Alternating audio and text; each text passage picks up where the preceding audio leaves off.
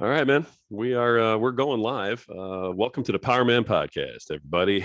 My name is Roy Paquette. As always, I am your humble host. Thank you so much for tuning in. I know there's a million things that you could be spending your time on, and I am grateful as hell that you have decided to spend a little bit of time with us today. Got a very special guest on today. He's a friend of mine. We've known each other for several years, and I follow him on Facebook. He's got a really great thing going.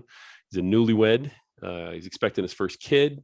And he just grew out a beard that makes him look like he's almost my age, and he's not. So let me introduce to you guys Stephen Butler. Thank you for being on the show, Stephen. Thank you. Thank you. I appreciate it very much, man. First, let me just ask you, how are things going with the family? I know I follow you guys on Facebook, and you guys look so picture perfect. Okay, your wife is such a doll, and she's pregnant and beaming, and you're like just grinning ear to ear. You guys, it's so sweet. I get cavity every time I see one of your posts. Okay, in a good way, but oh my gosh. It's So how are things going? good. Yeah, she's definitely I've learned to accept I always laughed when I was a kid about the people that had those picture moments every time something happened, oh, we went on spring break, let's hire a photographer. We went here, and my wife does it for, obviously we did like the engagement pictures, and now she's doing the pregnancy pictures, and I've learned to just enjoy it. And I made her a deal that if we go take a picture, I'm allowed to do like one funny picture, and she's like accepting of that. So I've noticed that's a deal that you made, actually. yes, Oh, good it's, move. when we did engagement pictures, I found an American flag like set of overalls, but they were cut to shorts. And I put a fake American flag mullet on, and we did a picture with that. And then so in the pregnancy pictures, I held the little fake mullet in front of her belly, like that we made a new one. So that's been my kind of the story within the story throughout the pictures. Nice. I honestly, when I first saw some of those, I thought she's going to kill him. Because she's got this whole big fancy shoot going on, and he's like totally messing around. I'm like, I wonder if he's gonna be around next week to post. No, we definitely balance each other out. A lot of I definitely provide the comic relief of the relationship, but I also support her in the fact that you have to see it's the age old story of, there's things that every couple has that one of the people doesn't want to do, so you still do it and you support them. Right. And I still love doing it, and you learn to love it after a while. It's no longer something you don't want to do. It becomes part of both of you. That's awesome. Now, you guys been married how long at this point? Almost 14 months, so a little over a year. Down to the months. Pretty good. I've got a little clock thing in the living room that's we take it over. So I surprised you with that one. I wanted to make sure you knew, because she's probably going to watch this and listen to it, and she's going to be like, hey, if you're not on the ball. So yep, I try and be. Yeah, right on. Okay. So you're basically a newlywed still. I mean, when you're counting in months, you're newlywed. It's just like when you have a kid and you're still going by months, it's still an infant, right? Right. Okay. How's married life treated you, man? Because I mean, you were like, young, buff, bodybuilding, single. Oh, yeah. I mean, you were on the meat market, bro. I was. How's married life treating you? My wife refers to that as the dark ages. Good. I would say that's probably, if you want to talk about growth, that's probably the one thing I had to go through, was a lot of mental growth and a lot of what I was looking for in a relationship, kind of a thing. Okay. I mean, I always wanted to get married. I always wanted to have a kid. I mean, that was never something that I questioned. It was just realizing, if I sat down and wrote on a piece of paper what I was looking for in a wife, I guess I would say, I can write that down on a piece of paper, but when you meet somebody, how do you, or, if you're talking to people, like, how do you figure that stuff out, kind of a thing. Sure. And so, in realizing that, driving the Lamborghini for the rest of your life probably isn't realistic, kind of a thing. So, right. But I found my wife. We kind of stumbled upon each other, and she had just gotten out of a long relationship, and just kind of sparks flew. We met, got together, and now we're here. So That's awesome. Yeah, that's awesome. I mean, you definitely outkicked your coverage, bro. I'm sorry, but seriously, you oh no, yeah, you're not saying anything anybody else doesn't know. I am I am proud of that one. right on. And hey, you've got a kid coming. So Mhm. she's how far along right now? 36 weeks. Wow. So she's got the basketball in her belly at this point. Do So you guys know at this point? Is it something you want to talk about, or are you oh yeah, keeping it a it's a secret? boy. No, it's not a secret. It's a boy. Right So on. Right on. so That's awesome. um I'm the last of my family names, so I not that you can choose, but I really wanted a boy just so that way I could pass on the family name. Sure. Now, yeah, it's probably too early to say, but are you guys talking like multiple kids or just one? I'm just curious.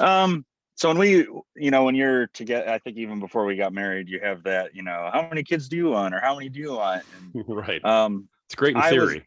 yes, I was an only child, and so I saw how my, parents were able to take care of me, and I was really blessed. And so I saw a lot of other families that had 4, 5, 6. That not that they weren't happy. It's just that in today's world, I can see the diminishing return of the more kids you have, the less time you can spend with them, the less you can provide for them, kind of a thing. So I was never one that I wanted a huge family. She came from a family of 3, and so that's what we wanted. And we compromised on saying, hey, we would be happy with 2. And now she's even starting to go, if we're happy with 1, we're happy with 1. Like there's nothing drastically pushing us to have more kids. Right on. So, Hey, everybody's got their own perspective. I just, hey, as a father, I mean, I oh just get yeah, curious yeah. about that with folks. I wanted to have 5. My wife Okay. was perfectly fine with, having 2 herself. I had 1 from my previous Hmm. marriage. So she was kind of already thinking Hmm. she'd have 2 plus my daughter. We'd be good. You know what I mean? That Hmm. was already how she was thinking. And when we have 3 kids, 2 from her and my daughter. So she got exactly what she Hmm. was thinking. And I didn't. Hey. But I'll be honest, when we had the 3rd one, my youngest son, Hmm. I like to tease him and tell him, yeah, we were going to have 5 till you came along. And, that was it. But I realized that, number one, I ran out of hands.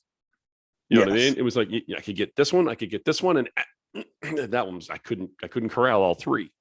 Hmm. I also realized when we went out to eat that we no longer could get sat simply. We needed a 5 Hmm. top. Yep. Everywhere we went. So it was like, okay, you want to go out to eat? Well, it's 45 minutes wait because I have, 5 kids. Yep. So that, and then the attention thing. I was, I've coached forever, that. Hmm. And while I was already coaching, I was going, I don't want to have so many kids I can't give them everything that I can give them. Hmm. And so I respect people who think that way, like what you just Hmm. said, and say, hey, I want to give everything I got to my kids. So I want to make sure that I don't have so many kids that I can't give them everything that I want to give them. I mean, Right. it's a great way of looking at it. I mean, there's no right or wrong way to look at it, but when No, that's what you base it in, man, that's from the heart, and that's cool. it's the theory of, you obviously have to go to work to, support the family.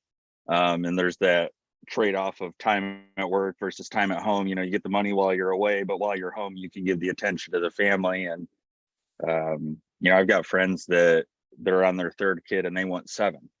And I have all the respect in the world for them. And I Wow. have friends that absolutely don't want kids, but they're some of the most supportive people of the kids that are, around them. And they're like the best uncle, aunt kind of people that are out there. And so I've seen every single swath of where to go. And I agree. I don't think there's a right answer. It's just wherever your head's at, you got to put your head down and support that. Yeah, for sure. Um, let's we'll change the subject. Thank you for filling everybody in about you and your family and stuff, and getting me caught up. Because Hmm. I'm a fan. You guys are awesome. But one of the reasons I was excited about having you on the podcast, when you and I started talking, was my audience skews a little bit older. Hmm. I mean, by and large, their dads, their husbands, they've been a little broken. They've had some issues. They've been dashed on the rocks. And a lot of my podcasts are talking to guys who kind of feel like they're broken and they've been through hell, Hmm. and trying to help bring them back up. Like I said a few podcasts ago, learn how to live unbroken. And that's something that I try real hard to push. You're you're a younger guy, and you're at a different point in your life. but you've got kind of an old soul to you. You know what I mean? And Yeah. a lot of the stuff you and I have talked about, you don't expect to hear coming out of the mouth of a guy that's your age. And I certainly don't mean any disrespect by that. I just, you're weathered a little bit, you know? Mhm. And so, you know, I know that there were some things that you wanted to talk about, some things that you, because I know you follow the podcast, you've talked to me Mhm. about some of the episodes. I really appreciate that, by the way. Thank you. And especially with, I know the episode I just did with John Alcon, you know, hit you a little bit because, you know, you're a bodybuilder, you know what I mean? And so on. Mhm. Give me an idea of, and tell our folks, our listeners, you know, why did you want to be on the podcast today? Uh, I mean, it just, a lot of this stuff resonates obviously with me. Otherwise, I wouldn't keep listening to it. It's not Thanks that again for that. yeah, it's not just background noise. I mean, obviously, you listen to things that you can connect with, and um, it, I half of it my own fault of, you know, I've, like I told you before, I've tripped over the hurdles. I've been to the lowest lows. I've been to the highs, and um, I don't think I've ever had anybody necessarily help, you know, give you that hand when you're in the hole to help pull you out. It's at the end of the day, it's, you had to do it yourself. And so, um, you know, when I'm at work and I train new people, I always tell people, look, I listen to me. I'm not I'm here to help, because if I tripped over the hurdles and I can prevent you from doing that, I don't see it as you're cheating the system, or, you know, I'm giving you something for free. But it's, I don't, if I went through it, I don't want to see anybody else go through it. And so, um, I can tell just from a lot of your podcasts that that's kind of a similar message that you're talking about on a lot of it is, hey, how do you, as a man in today's world, how do we help ourselves, Yeah. kind of And thing. today's world is a lot different than it was just a few years Mhm. ago. Mhm. Are you finding that as a younger guy? I mean, as an older guy, you know, everybody goes, oh, you're old, you're sour, you're stuck in the past, you know. As a younger guy, are you finding that things are a lot different now for you as a husband, a father? Definitely. I mean, there's the thoughts of, I mean, if we go as a soon to be father, of the, do I send my kids to school or do I Mhm. homeschool them? There's a lot of ideological things, and then also just safety concerns of, you know, are they being taught what I think they should be taught? Um, as far as a man, I mean, I think in today's world, there's so many people that, as if I were an 18-year-old man, I don't know if I would get married in today's world. Mhm. Like that's a scary prospect of, you know, I can pour my heart and soul into you and we can get married and we can have a kid, and then of nothing of my own doing, you know, you could have your wife just up and leave and take half of everything you own. And how do you, what do you know, if you feel like you played everything correctly and that happens, what do? You know, you lose part of your relationship with the kid, you lose your house, you lose your money. And so if I see that at my age where I'm already married and have a kid and I don't worry about that with my wife, um, you know, I feel like that's part of your job is before you get married to make sure you iron out a lot of those things before you go down that road. For sure. But it's, you know, a lot of times it's, now I see what, when I was a kid and, you know, mom and dad are like, hey, I really don't think that Susie Q is a great fit for you. And you go, well, mom and dad don't know what they're talking about. Susie Q is great. And then now I'm, you know, 18 years later or whatever, however long it was since, you know, you went to the movies for the first time on our first date, you go, wow, mom and dad saw something that I can see now and I appreciate that. But sometimes when you're young, that's hard to wrap your head around. For sure. For sure. I'm waiting for my boys to get to that point where they go, it man, dad, you were so right. They're just both not there yet.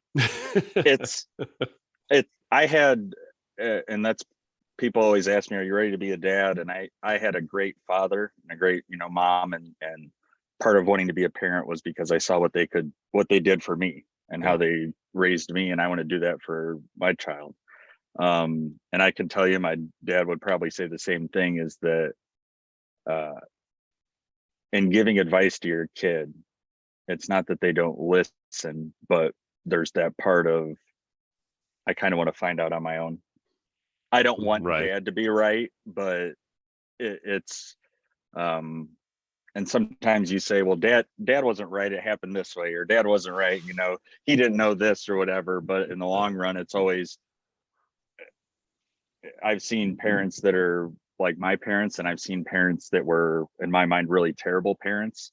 But when they give advice, it's typically still for the best interest of their kid. And so it's hard as a child. It's that authority thing of, I don't want to listen. I'm right, you're wrong. Sure. And until you get older and you have that, there's a switch there where suddenly you hit that, darn, mom and dad were right the whole time. And at what age exactly did that happen for you? Just so I can write it down and I can start waiting. I don't, I tell people this all the time of that it's not until you hit rock bottom that you kind of zoom out.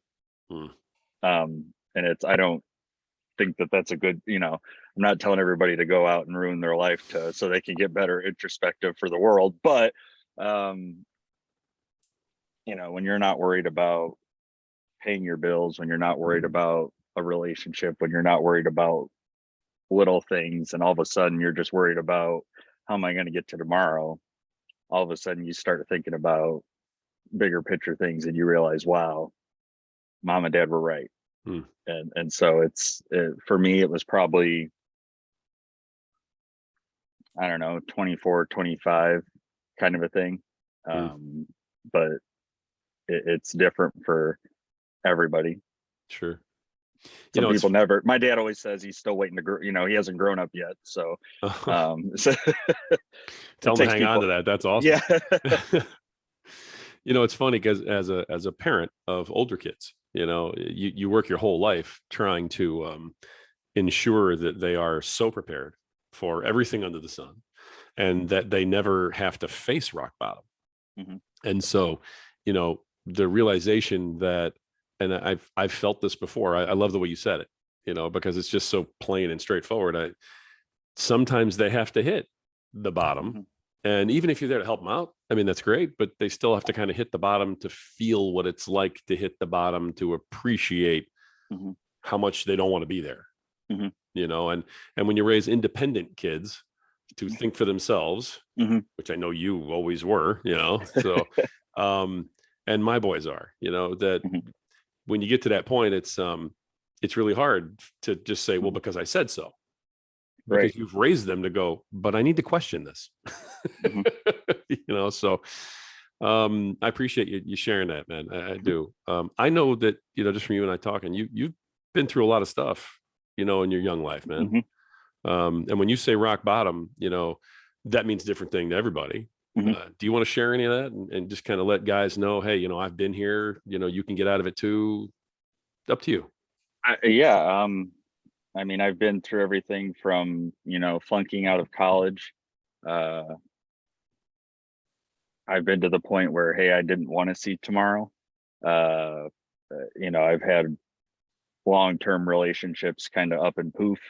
And some of those things are self-caused. Some of those things are, kind of life happens, but a lot of it doesn't get fixed until you have to sit down and make the conscious effort to self-diagnose why what happened.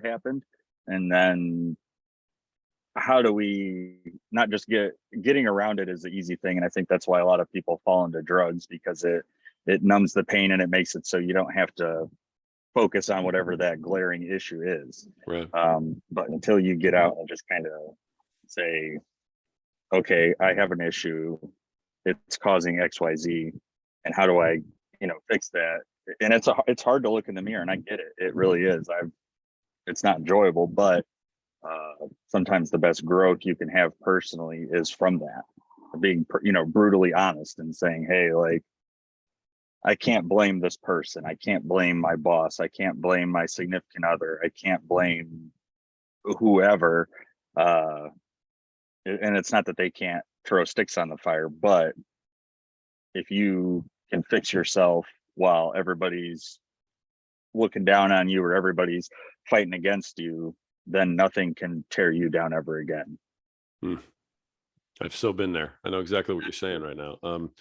As a younger guy, who has gone through this a little more recently too, how do you go about if there's other guys who are listening to this, obviously, okay, the podcast is growing and growing and growing because so many guys need to hear things like this, to know that they're not alone, but when you mentioned to me when you reach that hand out into that abyss and there's nothing there, and you do realize, man, I'm as alone as I can be right now. How did you go about standing back up, man? I think it's different for everybody. And I don't want to say that, it's kind of like a personal trainer that, if I give you the plan that I'm on, it doesn't mean that you're going to have the exact same results that I'm going to have, kind of a thing. Of course.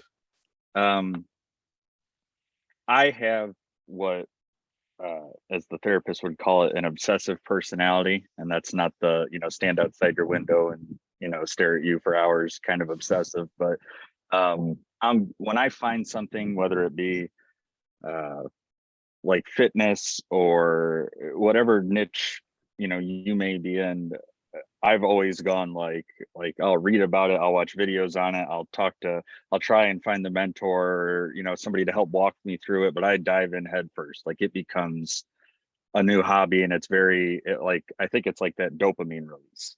Now when you're in that rock bottom and you're looking for, how do I get out of this? A lot of it, I tell people, is self-improvement. So how do you get better at being you? Whether that be, hey, I'm having relationship troubles, and I hear this story all the time of when I was 18, I looked super buff and I was awesome, and I haven't been that way in X amount of years, and how do I get back to that? And for me, I was never that guy. And it wasn't until one day, it started in college, I worked out for the first time really, and then it just kind of was like a snowball effect. And I haven't been to the gym as often as I'd like to. I don't look the same way I did, but a lot of it is just, you have to obsess about something, because if your mind is focused on woe is me and I'm in the bottomless pit and everything around me is terrible and I don't know how I'm going to get out, whatever it may be, if you don't find something to latch onto, I don't know how you get out of that. And I look at it as that if I can focus on growing myself, whatever way that may be, I'm not focusing on the bad. And so as long it's kind of that positive affirmation thing of, hey, I'm growing, I'm losing weight, or over COVID, I taught myself how to code on the computer, kind of a thing. And my thought is that, if my career fell apart, I at least know how to code now, to where I could, in theory, turn that into a new career, kind of a thing. And I also, for me, it was fun because I wanted, you always, I know this is a really dumb train of thought, but you always see the hackers on TV, and I wanted to know how, like, what the background of that was, like, how do they do that? Like, what's the reasoning behind that? And so, as a middle-aged man and stuff isn't going real great, it's the, pour your heart and soul into your work. I think a lot of people don't do that. It's your job. You go, hey, my job sucks. And it's like, hey, you know what? For 30 days, every day when you wake up, go to work and give it 150%. And I guarantee you'll either get promoted or you'll realize that maybe this isn't where I need to be. That's so funny. I said almost those exact same words in a podcast at one point. but if you don't do that, then you're going to sit in this terrible limbo of, my job sucks, my life sucks. I mean, everything, you self wallow. And it's like, if you can at least for 30 days, if you just give it everything, it's an answer. And I think that's why so many people are, when they get stress is just an unanswered question. And so if you can answer that question, it may not be the answer you want, but it's kind of, my dad always used to say, go ask the girl out. All she can do is say no. But at least good or bad. You don't have to think man, does she like me, or does she think I'm cute, or whatever. You're at least better off knowing that answer one way or another. Right. Take away the unknown and right. Control what you can control. And that's awesome. So when you were trying to pull yourself out, then you obsessed over bodybuilding. That was the thing. Oh yeah. It was, I mean, there's so much information that's online. and I think that's good. I just think there's also, and I know it's a funny term in today's world, but there's a lot of disinformation, I guess I could say, where it's uh I think a lot of people are using fitness as a gateway for money to try and make money off of you. Sure. And so it's much like John said in your previous podcast, I think finding somebody to hold your hand and walk you through the waves of sharks of people just trying to take your money is something that will not just benefit you physically, but also monetarily from falling into some of those traps that other people have fallen into. Absolutely. It's exactly how John feels about it too. Mm-hmm. Yeah, for sure. That's now, did you hire a personal trainer to get you started, or did you do that on your own? I mean, I started working out in college, but I got on like bodybuilding.com and I downloaded some just workouts, and it was a lot of the first couple of years till probably, I don't know, 2017. It was just going to the gym and I, I guess for lack of a better term, spinning the wheels, Mm, kind of a thing. So I was going every day. I thought I was doing the right things, but I wasn't seeing the results until I hired a coach. And that's for me, and I'm sure it's different for everybody, but that's when I saw the best results, was having somebody to hold you accountable, really, where it's like, hey, I'm not going to go to McDonald's and smash this food, because when I send my check-in pictures at the end of the week, like, he'll know.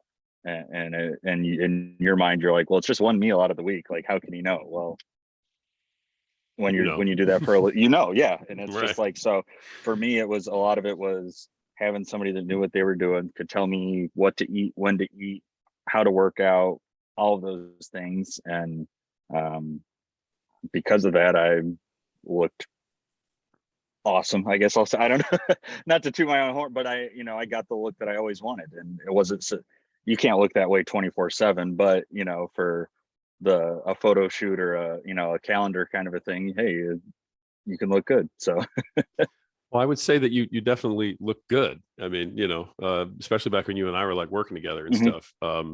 I remember you ran into my boys at the gym, and Yes, you were like, yeah, "Hey, are yep, you Rory's kids?" And, yep, and they texted me and goes, "Yes, some guy who works with you, at the gym said, hey," and I said, "Really? What was his name?" And they were trying to remember your name because they're yep. in the gym. You know what I mean? So Mhm. it's It's just, you don't hey, right. everybody, hey. What's up, man? Yeah. And that's that. So and they described you, and I'm like, "Oh, it's Steven." Mhm. Yeah, I know exactly what you're talking about. So yeah, exactly, man. But so then you went through what you went through. You Mhm. brought on a trainer. You made a lot of Mhm. progress. You transitioned to being a trainer yourself, right? At some point, did you do that at some point, I or mean, I helped some friends, but I never, I made and maybe this is different for other people, but I saw so many people that would hire a trainer for, I don't know, a year, and they would go do a bodybuilding or a bikini or whatever show, and then they would, right after that, they would go, hey, now I'll be somebody's coach, and they'd advertise for it. Hmm, um I didn't want to do that because I felt like I didn't know everything, even after spending thousands of dollars and so much time with coaches. There was I mean, I could give you a meal plan right now and it would probably help you, but I'm very big on the why. hmm, Like, you know, the coach, I'd send a picture and the coach would say, hey, you look like this, and I want you to go out and do this. And I would always ask why, and not because I ever questioned like his reasoning behind it. It was just curiosity of, why did you tell me to do that? Like, sure, and I felt like for me to be the coach, excuse me, that I had, or to try and be as good as he was, I didn't have the know-how or the ability to be that for somebody else, and I didn't want to let somebody down or feel like they were giving me money and not getting out of it what I was getting out of my coach, kind of a thing. So right. um I it would be fun. It's just, I don't know. It was always a dream, but I think the older I got, the more I realized that it's very hard to make it as a personal trainer. in today's world. And not that I give all the props to the people to do it. Just didn't end up happening for me, I guess. Yeah, no, I appreciate you sharing that. I mean, that's also a very mature way of looking at things, especially in today's world where there seems to be a coach popping up on every corner. Yes. You know what I mean? For everything. I mean, I'm with you on that. Mhm. People go through a couple months of coaching and they go, all right, now I'm going to start a group, Right. come join my group. And it's like, Mhm. what's your qualifications, bro? Mhm. I mean, I actually have started coaching realtors, and stuff, Oh, but okay. got 33 years experience doing it and owned 5 companies. Right. So, I And kind of have an idea what I'm talking about. I didn't go to real estate school yesterday and sell 2 houses and then start a coaching business. So I mean, it's awesome that you feel that way.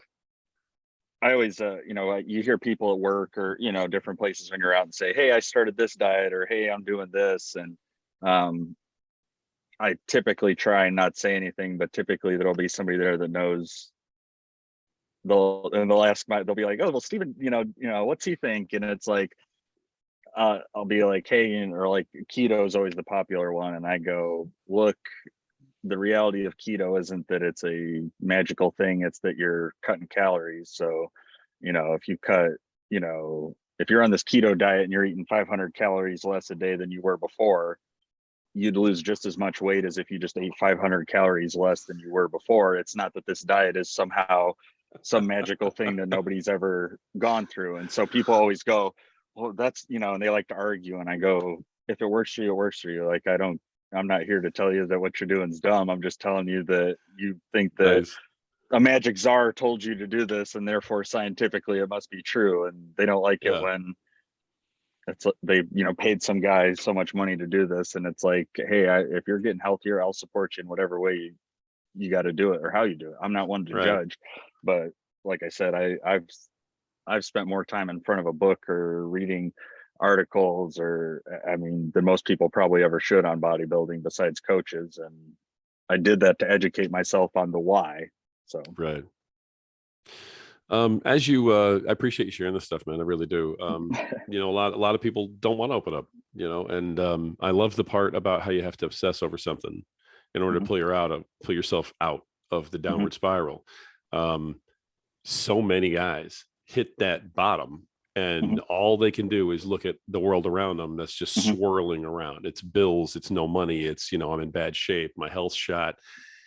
And it's that downward spiral and not being able to pull yourself out that, like you just said, and you glanced over it pretty good, but I heard it very loudly, that makes you question if you want to still be here. Mhm. And I don't want any man ever to be feeling that way. Mhm. I've been there, unfortunately, multiple times and somehow managed to get out of it. And, as I look Mhm. at it, I've had several things that I could probably say help me do it. But if you boil it all down to something real simple, you got to get working on something else. And that's Mhm. so very true. And you broke it down so simple. It was just, you got to obsess on something and get out. Mhm. It's kind of like the Dave Ramsey method of finance, but for personal health. It's, his theory on debt is, you look at the smallest credit card debt and you pay it off. Absolutely. Well, what's the smallest and easiest thing you can do right now to make your life better? And do it. Nice. And then and it's the adage of, make your bed when you wake up, because you ticked one thing off the list, and that'll, Right. then you'll want to do another. And it's like, I don't care if you go downstairs and do 20 push-ups, or hey, I'm gonna go take all those cans in the garage and turn them in for 10 cents a pop or whatever, and get the couple bucks, so that way I can have gas money, that way I can pay for, it, all of it boils down to, you got to put your feet in motion. And it's hard, and it's not easy when in the front of your brain you have all of that stuff looming. And it's easy to try and find things that are distracting in a not positive way. I mean, depression can be very real. Sit in front of a TV for hours on end, and you just sit there. But it's like a band-aid. The sooner you rip it, it's gonna hurt. It's not gonna be fun. But the quicker you get to moving and fixing things, the better you'll be in the long run. And I know that if you've got a listener that's in that spot right now, I don't do well sugarcoating things. And so it's hard to hear that, but it's also if I could help you without being there next to you, that's what you need to do, is do something. I don't care, ask your neighbor if you can mow their lawn for $15 to, help get out of debt, or whatever, ask your boss, hey, is there something I can do for extra hours, or whatever it may be. If you can go to YouTube is a great resource for helping you learn things, and that can spiral to so many things of, wow, that really interests me and I want to learn how to do that, but I don't know how, and it can all, Yeah. it's all really about just taking that first step off the dock and going, hey, you can swim. You got to swim. Right on. I appreciate that. I think a lot of our listeners are going to appreciate that, and don't ever apologize for straight talk, man, especially on the Power Man podcast. I mean, you're a listener, so you know how it goes. Mm-hmm. We don't sugarcoat a whole lot here either. No. And I do appreciate too, you mentioned that if this podcast, or podcasts like it, had been around, that might have helped you, in some Mm-hmm. capacity. That's kind of what you're talking about, is trying to better yourself with your time, Mm-hmm. you know what I mean, as opposed to just sitting in front of the TV. Right. It's when you're a kid and you got to teach your kid not to put their hand on the stove because it's hot. As a child, you just learn that, hey, that area means pain. Well, as an adult, it's easy to do that, but it's a lot more difficult to zoom out and say why. So, hey, your relationship ended badly. And so you go, hey, I'm going to stay away from blondes, or whatever. That's what it's easy to say. Sure. The harder thing to say is that, I've heard this story before, which was, she was only happy when we were spending money. And that tells me that, that you could unravel that however, but it's like, right. When you were spending money, you didn't have to take the time to get to know each other. And when you stopped spending money and you sat down and went, we're not compatible whatsoever, when you have to be like an adult, when you get out of that puppy dog stage and you have to have those real conversations, that's harder. And so it's a lot harder to have that conversation and go, I have shortcomings as a person, and so in order to cover them up, I throw money at people to help distract them. And so a lot of people will say, well, I just need more money. And the real person has to sit down and go, if I have all the money in the world, I can't fix that issue. And so I need to fix myself as a person and become a better person to get out, to make sure that never happens again. Yeah. And so it's a lot of times, I always challenge people, if you can pretend you're having a conversation with like the person you admire most. And if you can, go talk to that person, but tell them your shortcomings, tell them what happened. And then if that person asked you, how are you going to get out of this? What are you going to tell them? And if you think that person isn't going to like that answer, then you're lying to yourself, kind of a thing. And so like, you need to, it's, when you're a little kid and you mess up and you don't want to go tell mom and dad. Of course. Yeah. And you broke the window and you tried to cover it up, or you were at your friend Billy's house or whatever. It's like, no, I was doing something. It's the same thing as an adult. It's like, look, you can't run from it, and the people that run from it the longest are the ones that end up in the worst situations. Love it, man. Good stuff. I mean, honestly, it's at the beginning of the podcast, I said, this is a guy with an old soul, and I mean, these are some very, very deep and big words, coming from a younger guy. And again, I mean that with all due respect. I mean, I'm really impressed that you've, come through what you've come through, and that you're sitting where you're sitting, and you got your whole life in front of you, and you've already learned all of this. Mm-hmm. I mean, you're going to be in pretty good shape, brother. I like to think so. It's hopefully. So a lot of it's just, like I said, it's putting your mind to something. And, even in your work life, I had a situation where there were some things at work that weren't good. And so I went and talked to the owner, and it's not a knee jerk thing, but hey, here's how it affects me. Here's how it affects you. Here's how it affects the company. I didn't get the answer I wanted, but the answer was an answer nonetheless. And so it told me that, hey, if this is how you operate and where your morals are at, then obviously we don't align, and therefore I need to start finding a place that, you know, I'm more aligned with. Sure. And I know that not everybody has that luxury, but that analogy kind of holds true to anything. Is Sure. that I think a lot of people in today's world don't have the gumption to have that conversation because they're afraid of the what if. Sure. And Sure. in my mind, I'd rather. I mean, my wife and I work that way. We have a rule that we don't go to bed angry. Good So if there's rule. an argument, I don't care if it's 3 a.m.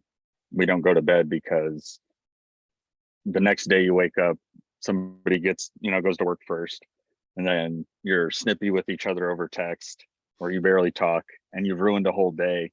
And then it's like, and it's not that either one of you are really mad at each other, you're just still grumpy about like the argument. It could have been the dumbest thing about like you forgot to close the cabinet or something like that. But Right.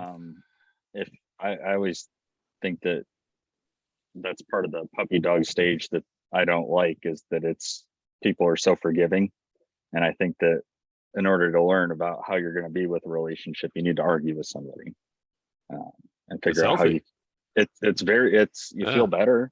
Even if you're wrong, even if it's, you know, I've gotten 3/4 of the way through an argument and been like, you know what, like I don't have a problem with what I did, but I can see how that caused you to not be happy.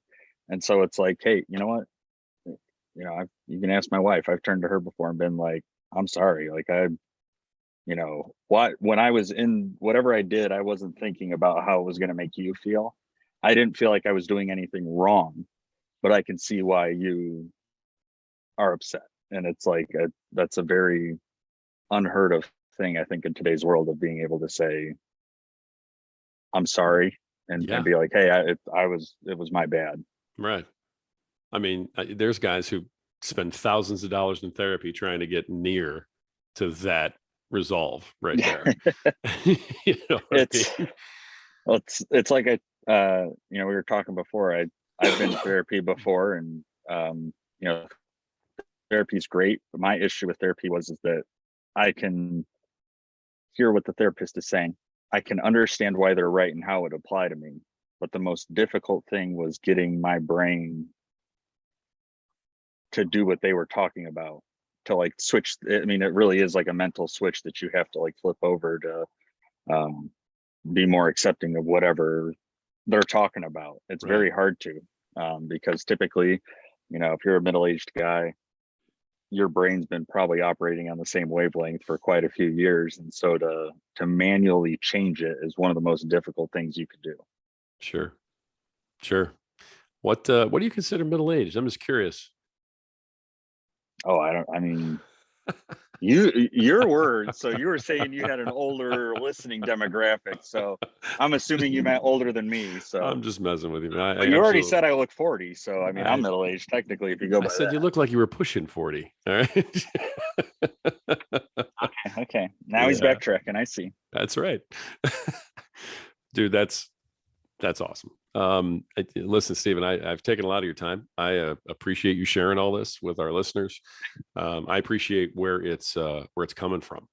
You know what I mean? Because you're a very honest, open, and authentic guy. You know, and you always have been so long as I've known you. And for you to come on here and just say, hey, you know, I just want to share, you know, some stuff with, you know, things have happened to me, the way I've gotten out of it, you know, if it'll help anybody, and to say, hey, you know, the podcast, you know, has helped me, would have helped me before I didn't have it. Um, and to want to be part of the solution like that Mhm. for somebody else. I mean, because you have nothing to gain by coming on here, you know what I mean? Except to share your message and help somebody else.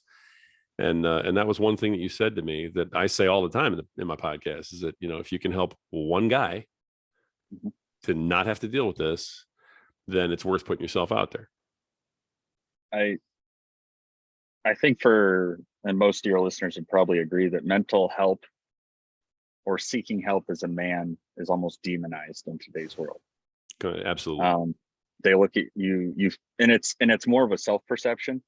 I think that like if every guy feels like if I ask for help, that you're looked down upon. And so it's a struggle to reach out. You don't want to feel like you need a handout. You don't want to feel like you need somebody to help you out of the hole, because you look at yourself as weak. And so you'd rather sit and suffer in silence, because that's the manly thing to do. And that's what, the old brooding guy that we always think of as like the manly man. Right.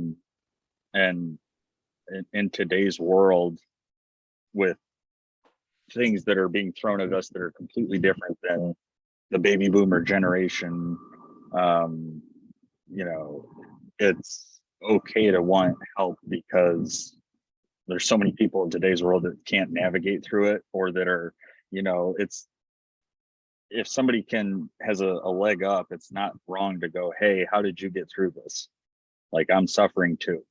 And now, granted, I'm not saying that it's going to feel great if you stand on top of your house and scream out for help, but I'm sure this podcast, if I'd have had it years ago, would have at least made me feel like you're not alone on those dark days. And I think that's really important, is to know that even though you want to feel special when you're in those low moments, you're not alone.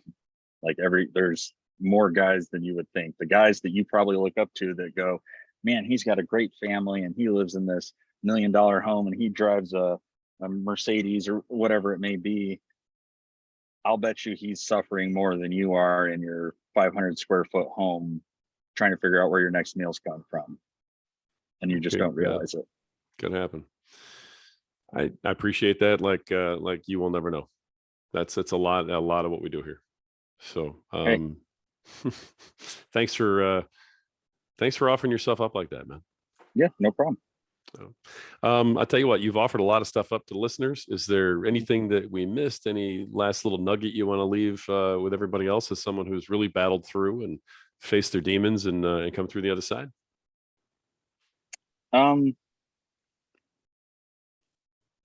If I could, I guess I always look at it as, if I could talk to my 18-year-old self again, and say, before going through a lot of life's adversities, what was the tip you would give? Is and it's the hardest thing to do mentally, but it's focus on yourself.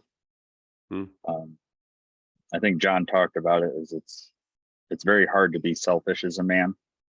You're taught to, at the end of the day, if your wife's happy, if your family's happy, then you should be happy.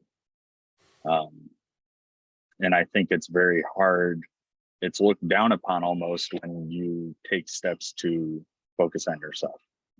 And I'll tell you right now, by doing that, it will pay dividends in every other aspect of your life. And if people look down on you or say, why are you doing that? You could be doing this. Those will be the people in a year, if you focus on whatever you're focusing on, that'll come back to you and go, wow, how'd you do that? Or, how'd you get to this point? Or, give me your secret. And it's hard to do, because there's always people that are naysayers, or they're, going to fight you along the way. But it's kind of like in sports and coaching. I'm sure you tell people the same thing, is that if you put your head down and grind, those dividends come, playtime will pay off hand over fist. And so whatever you're going through, whatever you can focus on, like I said, the little things, just do it. And it's hard, but it'll always, it'll be worth it in the long run. I'm a great example of that. I mean, I'm sure you are too. And there's tons of other people that can say, hey, look, like, you're not alone, but you gotta keep moving, kind of a thing. Nice. Appreciate that. I'm sure a lot of other people do too, but all right. Well, I hope you'll come back on after you have like the baby and stuff. And we can, see how this guy has like probably just completely changed. You'll say I look like I'm pushing 60 at that point, probably. At that point, to be like, hey man, what happened to you? Yeah. No, it's I'm very, very happy for you and your wife, man. It's a huge blessing, not only to have found each other and gotten married and stuff the way you have, but to have a child coming into the world. I mean, your son's on his way, and you've said that she's doing really well so far, and knock on wood, but all the prayers in the world, and I wish you all the best with that, man. Yeah, you too. Yeah, I always enjoyed working with you, and like I said, I've probably seen your kids more in the past couple of years than I've seen you, but For sure. um, I can always tell that they're uh, one of the few people in the gym that I could go and have a conversation with, and they were very respectful and good guys. And so, which was easy to see after knowing you. It was like I could see that you're his kids, and so I've always had a great amount of respect for you and your family and what you do. So it was definitely an honor to come on here. I don't think you could have given me a bigger compliment than that, man. Thank you so very much. I'm gonna put that one on repeat when I'm watching this back. So thank you, man. I appreciate it. Um, you know, thank you for sharing. Guys don't Yeah. want to do that, and at the at the very least, you've shown a really good example of how guys can dig deep, open up, and share to try and help somebody else. And I hope that you leading the way is a good place for other guys to say, hey, I like what that guy Steven did. I want to go on that podcast too and open up and talk about what happened with Hmm. me to help somebody Hmm. else. So I'm grateful to you, man. Thank you for coming on today. Yeah, no problem. Thank you, All right. sir. All my best to you and your wife, man. You take care of yourself. Thank you, you too.